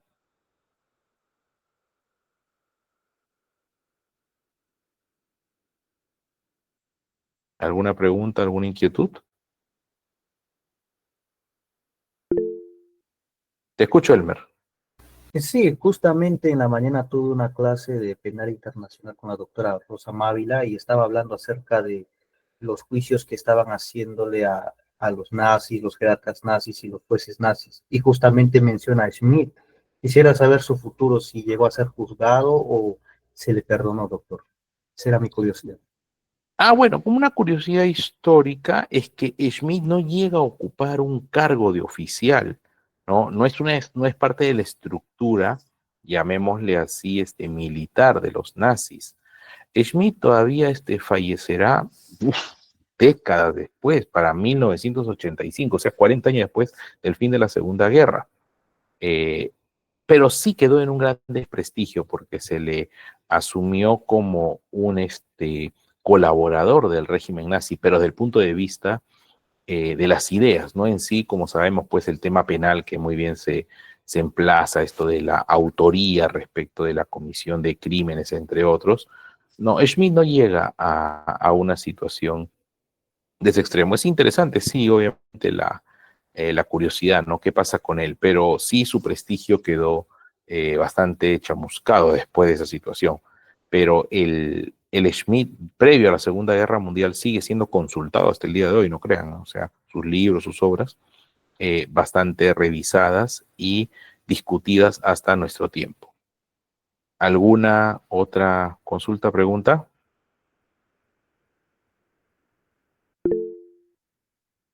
Cali, te escuchamos. Sí, profesor. Entonces, la idea de Smith básicamente no podría funcionar en una democracia, ya que al darle el poder al jefe del Estado de ser el guardián de la Constitución, prácticamente sería darle un poder absoluto. ¿Es correcto eso? Claro, Schmidt de frente no está a favor de una dictadura total. ¿Ah? Él dice, el jefe de Estado debe ser un guardián cuando el Parlamento no se pone de acuerdo. Pero eso le permite sí criticar que el excesivo pluralismo, y es ahí donde se le considera antidemocrático Schmidt, o sea, él cuestiona el pluralismo. Él es partidario de la unidad. Mientras menos partidos, mientras menos grupos, mientras menos actores, mejor. Esta vorágine de participantes lo que hace es más bien poner en riesgo al sistema que permita subsistir. O sea, él no es cercano al sistema democrático. Para él, más bien, la democracia tiene muchas fallas, pero tampoco de frente va a decir todo dejémosle al jefe de Estado. No, en el caso sí de las discrepancias de legisladores sobre un tema de la Constitución, sí lo dice. Ya en cambio los totalitarismos como finalmente el fascismo o el nazismo sí son de la idea, o el comunismo mismo, ¿no? Como se ve hoy en día en China, son del partido único, ¿no? Tal vez sí Schmidt podría estar interesado en ver ello, pero son ya circunstancias distintas. Pero del todo de arranque no es un devoto de las dictaduras. Más bien a quien lo consideraron más devotos de la dictadura fue a Platón, ¿no? Por su idea de que el gobernante debe ser el filósofo, ¿no? Recuerden que Platón no está tanto en una óptica de hablar de apertura, de discusión. Eran otros tiempos, ¿no? Pero igual sus ideas fueron bastante rebatidas por uno de los más importantes filósofos del siglo XX que recordarán, fue Karl Popper, ¿no? Cuando habla de la sociedad abierta y sus enemigos. Y al primero que pone en la lista, aunque ustedes no lo crean, es a Platón, ¿no? Por esa visión ya sustancial. ¿De acuerdo, Cali? Sí, profesor, gracias. Por nada. Bien, por favor, estoy cotejando la asistencia. Voy a llamar unos nombres. Si esas personas no me responden, entonces significa de que no vinieron el día de hoy. O sea, si yo no lo llamo a usted, estoy hablando de los presentes y a los presentes de verdad, ¿no? No solamente al que pone unirme al Meet, ¿no? O sea, el que está escuchando toda la clase. Si yo no lo llamo, no se preocupe.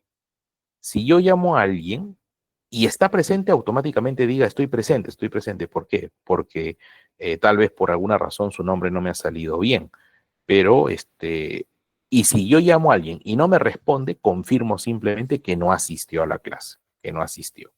¿De acuerdo? Así que voy a llamar, denme un minuto, si es que no hay otra pregunta. Parece que... Ah, sí, tengo la pregunta de Jerico. Doctor, ¿Qué tal?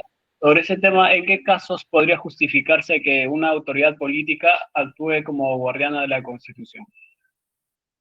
Bueno, mira, ojo que hay que diferenciar entre el guardián y el que respeta la Constitución, ¿no? La idea es el guardián tenga facultades para repeler actos contrarios a la Constitución. Esa es la idea del guardián. Por eso es que Kelsen dice, tiene que ser un tribunal que tenga el poder de eliminar normas. Por eso es un guardián, porque él puede contrarrestar aquello que vulnera a la Constitución. Diferente de decir, yo respeto. El primero en que debe respetar la Constitución es el presidente, ¿no? Por eso le llaman el primer mandatario, el primero que debe cumplir con lo que contempla la Constitución.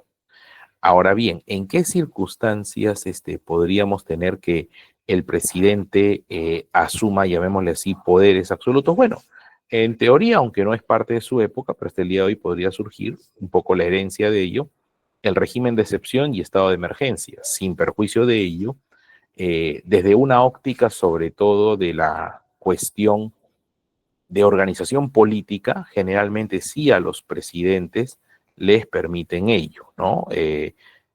Como antiguamente habían las famosas dictaduras, ¿no? Eso nace en la época de Roma misma, ¿no? El título de dictador supremo para una emergencia, pero solamente con cuestiones políticas.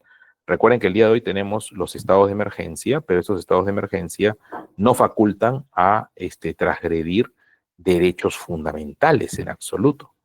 Así que esto para que lo tengan en cuenta. Así que no te diría, Jerico, que el presidente de la República tiene facultades irrestrictas de la nada, sino tal vez sí en cuestiones de controversias políticas, piensen lo que nos pasó en la COVID, ¿no? O sea, había que tomar decisiones y ante asuntos no contemplados, pues el presidente se rogó tal vez sobrepasar algunas cuestiones que requerían mayor debate o intervención de otros órganos.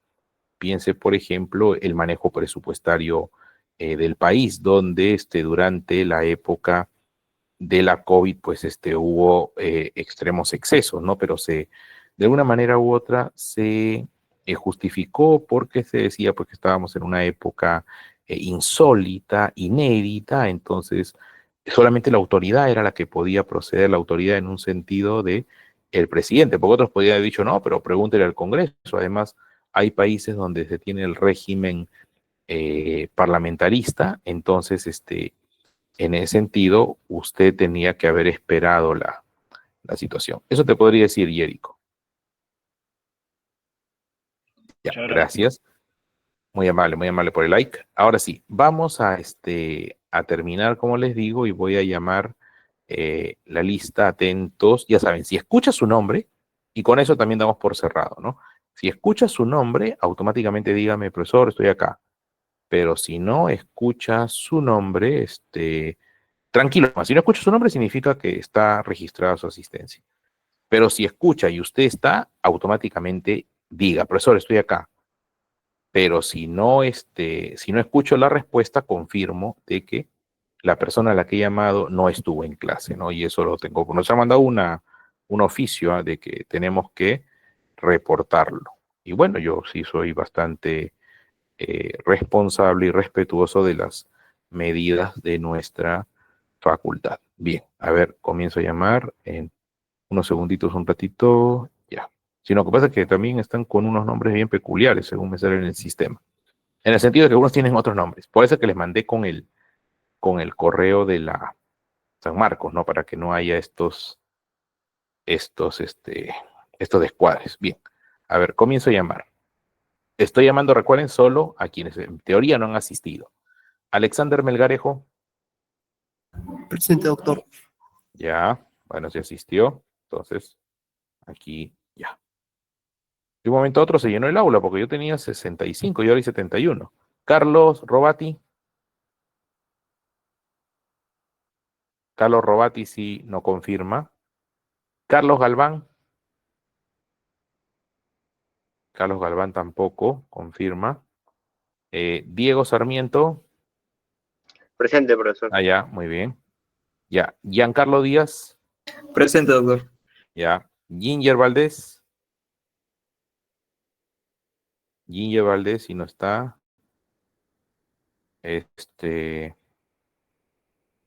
Janet Rivero. Janet Rivero. Tampoco está. Jennifer Vázquez. Tampoco. Jeremy Ramírez. Tampoco. Jeremy Ramírez tampoco. José Sánchez. Tampoco. Lucero Gutiérrez. Buenas noches, doctor. Presente. Lucero, ya como Esmeralda está, pues, ¿no? Ya. Sí, claro. Bien, ya, muy bien. Ya. María Castillo. María Castillo también confirma que no está. Natalie Lucero, Lucero es el apellido.